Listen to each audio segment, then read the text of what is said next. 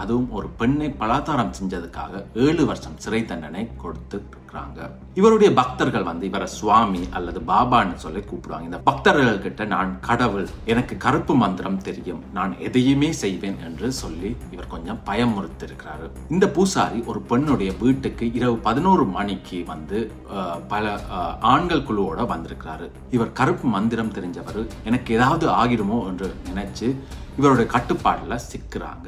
இறுதியாக வாய் மூலம் பாலியல் வன்கொடுமை மற்றும் பலாத்கார முயற்சி நடந்ததை கோர்ட்ல உறுதி செஞ்சிருக்கு.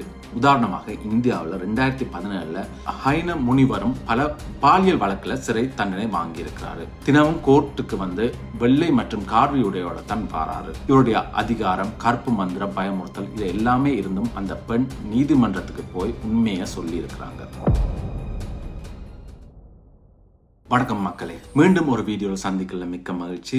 புதிதாக சேனலுக்கு வந்திருந்தீங்கன்னு சொன்னால் தயவு செஞ்சு சப்ஸ்கிரைப் பண்ணி பெல் ஐக்கனையும் தட்டி விடுங்க. அப்போ தான் இந்த கரண்ட் அஃபேர்ஸ் சம்பந்தமான யூகேயா இருக்கட்டும், கனடாவாக இருக்கட்டும், ஆஸ்திரேலியா எந்த நாடாக இருந்தாலும் உங்களுக்கு சுவாரஸ்யமாக நடக்கிற விஷயங்கள் எல்லாத்தையும் ஸ்பெஷலாக எந்தவித ஒரு நியூஸ் சேனலில் சொல்லாத விடயங்களையும் ஆராய்ஞ்சு சொல்றதுதான் நம்ம சேனலுடைய ஸ்பெஷாலிட்டி. ஏதாவது பேச வேணும், ஏதாவது உங்களுக்கு ஏதாவது தெரிஞ்சுக்கொள்ளணும்னு சொன்னால் கமெண்ட் செக்ஷனில் போடுங்க, அந்த வீடியோக்களும் போடுறேன். ஸோ இன்னைக்கு ஒரு முக்கியமான கொஞ்சம் அதிர்ச்சியான ஒரு விஷயத்தை பற்றி தான் பேச போகிறோம். லண்டனில் ஒரு இந்து பூசாரிக்கு பூசை செய்கிறவருக்கு பேர் வந்து முரளி கிருஷ்ணா புலிகள் 7 வருஷம் சிறை தண்டனை வாங்கி இருக்கிறாரு. இது சமீபத்தில் வந்து விவாதத்தை வந்து கிளப்பியிருக்கு. இதை பற்றி நம்ம ஆழமாக ஆராய போகிறோம். கொஞ்ச நேரம் ஒதுக்கி இந்த விஷயத்தை கொஞ்சம் தெளிவாக புரிஞ்சு கொள்ளுங்க. தயாராங்க, வாங்க வீடியோக்குள்ள போலாம்.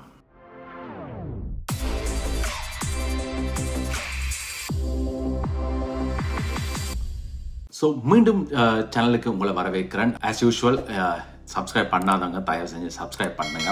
அப்போ தான் இந்த வீடியோக்கள், நான் செய்கிற வீடியோக்கள் எல்லாமே உங்களுக்கு காட்டும். ஓகே, முதல்ல வந்து என்ன நடந்ததுன்னு சொல்லி பார்ப்போம். முரளி கிருஷ்ணா புலிகள் கேரளாவில் ஸ்ரீகிருஷ்ணபுரம் கிராமத்தில் பிறந்தவர் இவர் தான். இவரோட பக்தர்கள் இவரை கடவுளுடைய அவதாரம் என்று நம்புறாங்க. லண்டன்ல பானட் என்ற பகுதியில வந்து கோவில்ல தொடர்ந்து பூஜைகள் செஞ்சுட்டு இருந்தாரு. ஆனா இப்ப கோர்ட்ல வந்து இவர் மேல ஒரு பாலியல் குற்றச்சாட்டு, அதுவும் ஒரு பெண்ணை பலாத்காரம் செஞ்சதுக்காக 7 வருஷம் சிறை தண்டனை கொடுத்து இருக்கிறாங்க. அடுத்தவா வந்து இது எப்படி நடந்ததுன்னு சொல்லி பார்ப்போம். ஒரு வழக்கோட முக்கிய விஷயம் என்னன்னு சொன்னா, ஒரு பாதிக்கப்படக்கூடிய பக்தை, அதாவது ஒரு பெண்ணுடைய வாழ்க்கையை இவர் தவறாக பயன்படுத்தி இருக்கிறாரு என்றதான் இப்ப இருக்கிற குற்றச்சாட்டு. இவருடைய பக்தர்கள் வந்து இவரை சுவாமி அல்லது பாபான்னு சொல்லி கூப்பிடுவாங்க. இந்த படத்துல தெரியுது இல்லையா, இப்படி நம்முடைய தலைவர் கொடுக்கிற பாபா சைன் கூட இவர் காட்டியிருக்காரு. அப்படியான இவரை நிறைய பேர் நம்புறாங்க. ஆனா இந்த சுவாமி தன்னுடைய ஆன்மீக சக்தியை தப்பாக உபயோகிச்சிருக்கிறாரு. பக்தர்கள் கிட்ட நான் கடவுள், எனக்கு கருப்பு மந்திரம் தெரியும், நான் எதையுமே செய்வேன் என்று சொல்லி இவர் கொஞ்சம் பயமுறுத்திருக்கிறாரு. இப்படி பயமுறுத்துறது மட்டும் இல்ல, இது ஒரு நம்பிக்கை என்று சொல்லலாம். இப்ப எத்தனையோ விடயங்கள் நடக்குது, இதுவும் ஒரு நம்பிக்கை என்றே சொல்லலாம். இந்த வழக்குடைய விவரங்களை நம்ம கொஞ்சம் ஆழமாக பார்ப்போம். 2022 ஜூன் முதல் ஜூலை வரை இந்த பூசாரி ஒரு பெண்ணுடைய வீட்டுக்கு இரவு 11 மணிக்கு வந்து பல ஆண்கள் குழுவோட வந்திருக்கிறாரு. தனிப்பட்ட பூஜைகள் செய்து பக்தர்கள் கிட்ட ஆசீர்வாதம் அல்லது குணப்படுத்துறேன் என்று சொல்லி வந்து இவர் பணம் வாங்கி இருக்கிறாரு. இந்த பெண்ணுடைய வாழ்க்கை மூலத்துல என்ன சொல்லப்பட்டிருக்குன்னா, முதல்ல போன் கால் மூலமாக தான் கவலைப்படாதே, நான் உனக்கு அப்பா மாதிரி, நான் உன்னை பார்த்துக்கிறேன் என்று சொல்லியிருக்கிறாரு. ஆனா படிப்படியாக இவருடைய உண்மை முகம் தெரிய வருது, அவருடைய உள்நோக்கம் என்னென்று கூட தெரிய வருது. ஒரு கட்டத்துல அவர் என்ன சொல்றாருன்னா, கடவுள் உனக்கு ஒரு வாய்ப்பு கொடுத்திருக்கிறாரு, இதை நிராகரிக்காது என்று சொல்லியிருக்கிறாரு. இவருடைய வார்த்தைகள்ல ஒரு சக்தி இருந்ததால அந்த பெண்ணுக்கும் கூட ஒரு பயம் வந்திருக்குது. இவர் கருப்பு மந்திரம் தெரிஞ்சவர், எனக்கு ஏதாவது ஆகிடுமோ என்று நினைச்சு இவருடைய கட்டுப்பாடுல சிக்கிறாங்க. இறுதியாக வாய் மூலம் பாலியல் வன்கொடுமை மற்றும் பலாத்கார முயற்சி நடந்ததை கோர்ட்ல உறுதி செஞ்சிருக்கு. இது எப்படி நடந்ததுன்னு சொல்லி கொஞ்சம் ஆராய்ஞ்சு பார்ப்போம். இந்த பூசாரியோட பின்னணியை பார்த்தா இவர் உலகங்களும் பக்தர்கள் இருக்கிறாங்க. அவங்க இவர் ஒரு பெரிய ஒரு தெய்வீக ஆழ்மையாக கூட பாக்குறாங்க. இப்படி ஆன்மீக தலைவர்கள் மேல நம்பிக்கை இருக்கும் போது சில சமயம் அதை தவறாக பயன்படுத்த எளிதாகிவிடும். குறிப்பாக இந்த வழக்குல இருக்கிற மாதிரி பாதிக்கப்படக்கூடிய மக்கள்களை வந்து எளிதாக அவங்க வந்து இலக்காகிடுவாங்க.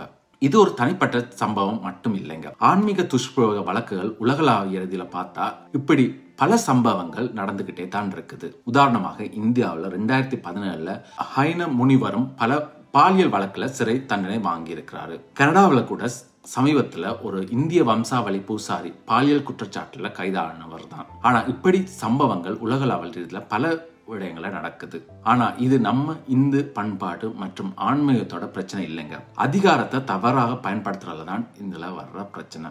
இந்த வழக்குல நீதிமன்ற செயல்பாடு பத்தி பேசுவோம். முரளி கிருஷ்ணா புலிகள் விசாரணைக்கு நடக்கும்போது இவர் எல்லா குற்றச்சாட்டுகளையும் அவர் மறக்கிறாரு. தினமும் கோர்ட்டுக்கு வெள்ளை மற்றும் கார்வி உடையோட தான் வாராரு. ஆனா என்னதான் அவர் இது பண்ணாலும் ஆதாரங்களும் பாதிக்கப்பட்டவுடைய பெண்ணுடைய சாட்சியும் இவரை குற்றவாளி என்று நிரூபிச்சிடுச்சு. 7 வருஷம் சிறையும் மற்றும் இவருடைய புகழ் முழுக்கவுமே சேதமாயிருச்சு. இது ஒரு பெண்ணுடைய தைரியத்தை எடுத்துக்காட்டுற ஒரு கதையாக கூட நம்ம பார்க்கலாம். ஒரு பெண் முன் ஒரு தைரியமாக சொன்னதுதான் இப்ப இதுல இருக்கிற ஒரு பெரிய விஷயமா நான் இதை பார்க்கிறேன். இவருடைய அதிகாரம், கற்பு மந்திரம், பயமுறுத்தல் இது எல்லாமே இருந்தும் அந்த பெண் நீதிமன்றத்துக்கு போய் உண்மையை சொல்லி இருக்கிறாங்க.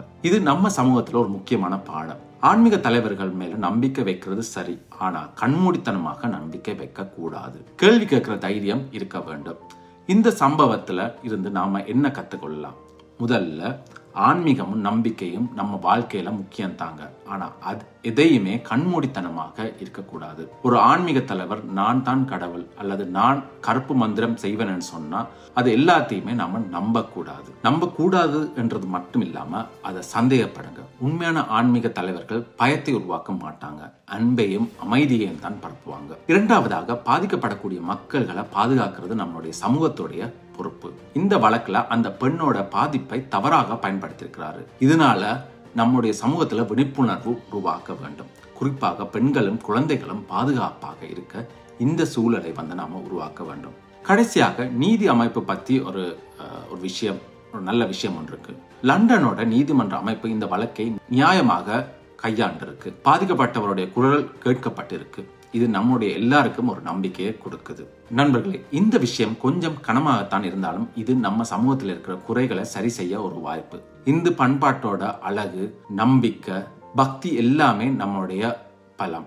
ஆனா அதை தவறாக பயன்படுத்துற தனிநபர்களை நாம கண்டறியணும். இந்த வீடியோவை பார்த்துட்டு நீங்க என்ன நினைக்கிறீங்க? கருத்துக்களை கமெண்ட் செக்ஷன்ல பகிருங்க. அது மட்டும் இல்லாம இப்படிப்பட்டவங்களுக்கு என்ன தண்டனை கொடுக்கலாம் என்றதை நீங்க என்ன நினைக்கிறீங்கன்றதையும் போடுங்க.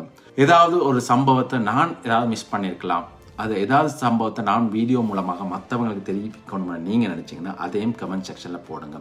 எல்லாருக்குமான வீடியோக்கள் கொண்டிருக்கு. கமெண்ட் செக்ஷனுக்கான பதில்களும் கொண்டிருக்கு. மீண்டும் நல்ல ஒரு வீடியோவில் சந்திப்போம். ஒரு கரண்ட் அஃபேர்ஸ்ல சந்திக்கும் வரை விடைபெறுவது உங்கள் அன்பினான See you on another video.